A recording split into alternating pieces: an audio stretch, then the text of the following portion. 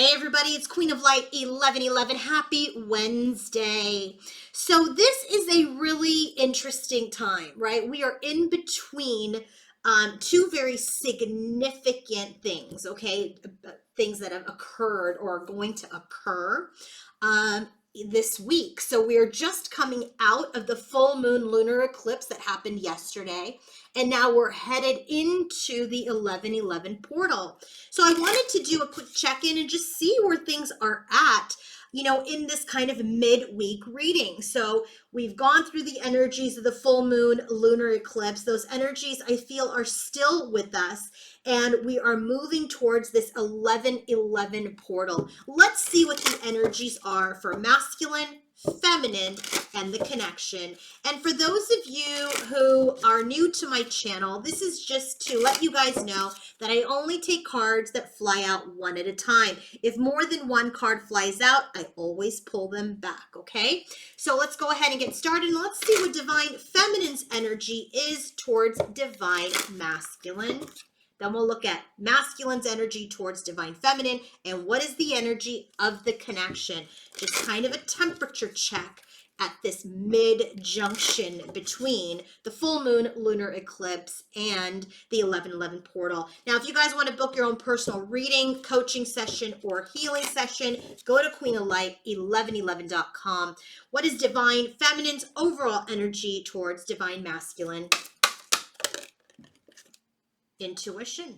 What is masculine's overall energy towards divine feminine?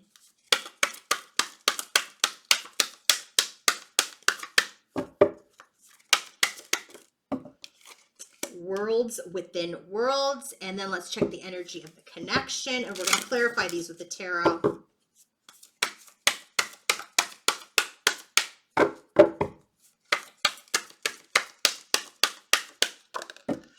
Okay.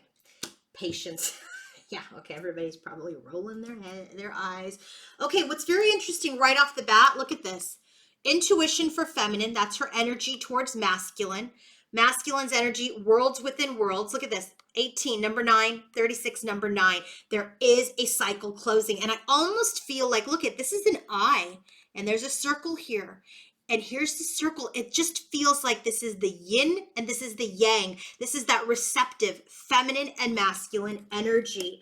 And so Spirit is saying for the connection, we are requiring patience. Let's get some, bottom of the deck is the Strength card, but let's clarify these energies and then we'll see what's going on specifically with the energies, okay?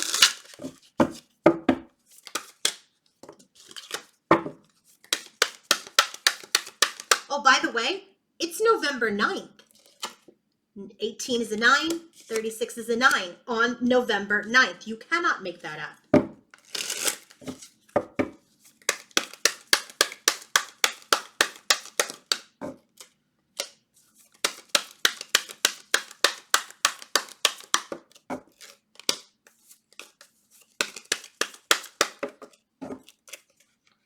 Wow, interesting. Okay, so we have here, bottom of the deck is the Strength card, okay? Number 30 to number 3, which is really about that 3-to-1 energy that we keep hearing about, right? It's come up several times in the readings. It's come up in the members' readings from that Journey of Love Oracle deck. So here we have the Strength card. So when this card comes out, this is really about masculine and feminine, finally realizing that they're a lot stronger than they realize, okay? This is about them remembering their own inner strength and courage. And even though they're feeling weary and helpless and hopeless rather, and maybe exhausted, this is a reminder to masculine and feminine that, you know what?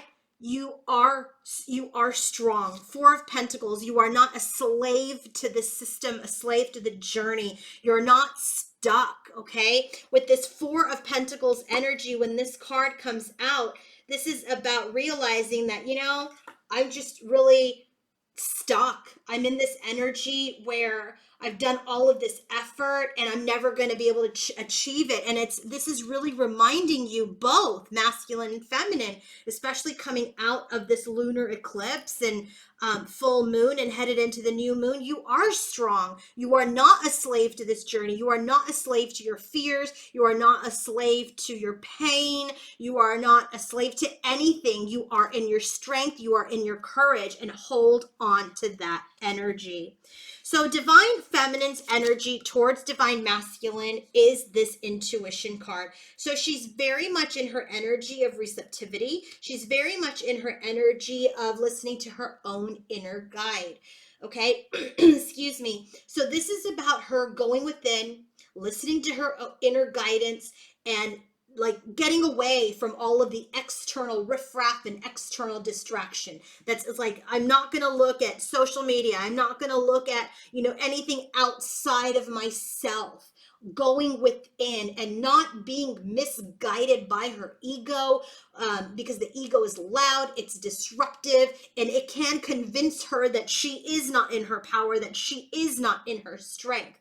So this is really about this energy of nurturing and embracing that divine energy within you and listening to that energy about the emperor, about her masculine.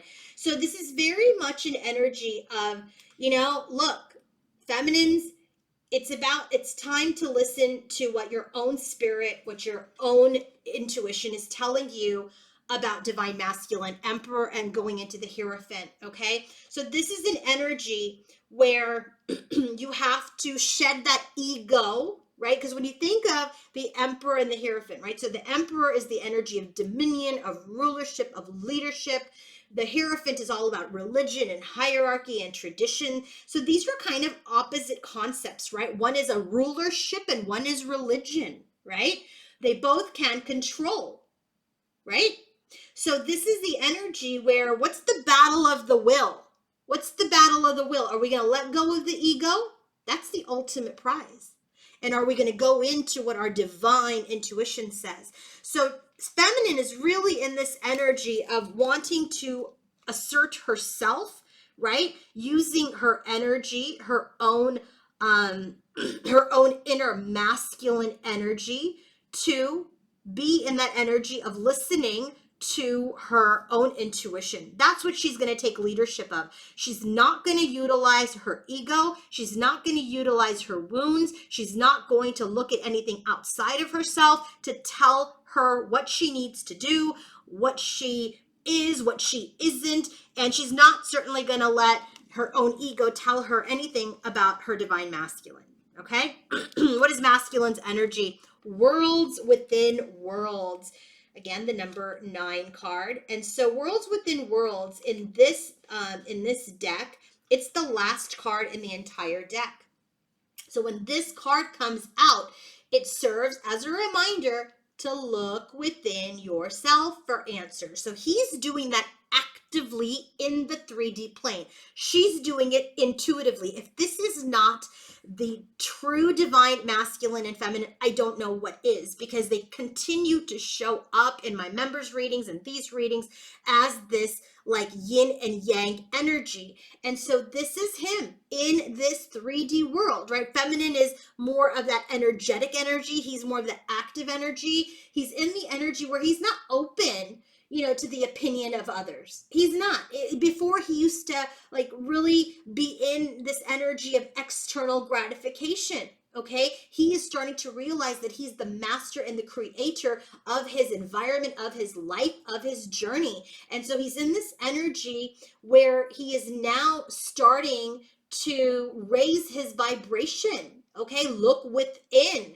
He's starting to understand that he's connected to source. He's connected to his higher self. He's connected to God. And the more he understands that there's energies bigger than him, right? The ego makes you think that you're the biggest energy. Now that he thinks that there's energies bigger than him, he's starting to look for the answers within him as he connects to that higher energy. And we have the energy of the Eight of Swords, Nine of Swords that clarifies this energy. So what this means is with the Eight of Swords headed into the Nine of Swords, you know, he's been stuck in his ego. He's been stuck in the energy of not seeking answers from his own higher self. You know, he's been in the energy where he's, you know, been anxious or fearful or, you know, just restless in the knowledge that he knows is there, but that he doesn't want to face.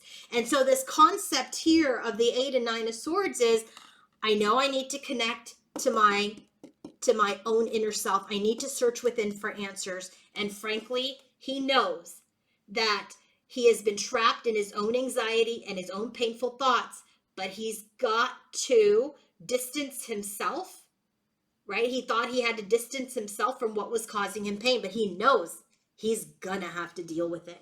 It's never gonna go away. He's going to have to deal with things. So he has to go within, fearful or not, stressed or not, anxious or not. He's got to deal with what his intuition is nudging him and telling him. And this is where the Strength card at the bottom of the deck is saying, hey, look, you're not a slave to your ego. You're not a slave to your fears. Hold on to your strength. Hold on to your knowledge. So what's the energy of the connection? Patience. 25. These things take time, right? I mean, listen, time is a man-made concept. If it's been 3 months, 3 years, 30 years, I don't care. You're going to get the lesson when you get the lesson. The masculine's going to get the lesson when he gets the lesson. And so it could be the third lifetime even, right? But this is an energy where the connection, it's about you, instead of like being upset that it's taking so long, how about enjoying the presence of the moment? How about enjoying the cycles that you've gone through and that you've been in? Like everybody's in such a rush to grow up. Everybody's kid, like when you think about children, right? Such a rush to grow up, and adults will say, don't be in a rush, you know, embrace and enjoy this youth that you have because you'll never get it again. Same thing here. Right? Relish in the energy that you're in. You've come such a long way. If you look at yourself the way that you were before, maybe you were distorted, you weren't in your power, you were feeling helpless, and look at you now. You are taking control of your intuition. You know that you're connected to your higher self. You are in your own inner union. Were you that person last year? And for masculine, he's starting to face his fears. He's starting to face his energies now. And so the energy of the connection is every step is bringing us lessons. Every step is bringing us strength and wisdom and compassion and understanding and patience. So allow your soul to grow. Okay? You don't want to miss the lessons because you're in such a rush to hurry things along. Judgment. Right? When this is all about judgment headed into the World card. This was the last card in the deck, and here we have the second to the last card in this deck for the major arcanas. So when we get this energy, this is saying, hey, be patient. Loose ends are being tied up right now. Okay, judgment is all about that karma, that answering to our angels, the energy of evaluation. What kind of choices have we made? The World card is that completion. This in-between stage is telling us, be patient. Be patient with yourself. Be patient with your counterpart. Your counterpart needs to be patient with you. And in the connection, be patient because you both are closing up a cycle. You're tying up loose ends before we head in to this 11-11 portal that is going to create the brand new cycle. Okay? Don't get too ahead of yourself. Appreciate the moment, right? Thank God you're evolved. You're not the same person you used to be. You're like Divine Feminine 2.0. So just remember that when you find yourself like, oh, it's been too long, it's never going to get it, blah, blah, blah. Well, that means you're attached to an outcome, number one. Number two, you're not being patient with yourself and your journey. Hold yourself in some grace and give some grace to others. Okay? I'm going to leave you guys with that. Have a wonderful, wonderful Wednesday. And if you want to book your own personal reading, coaching session, or healing session, go to queenoflight1111.com because you know what? Cycles are ending. Be patient. We're tying up some loose ends for the new beginning. Have a wonderful day. Bye.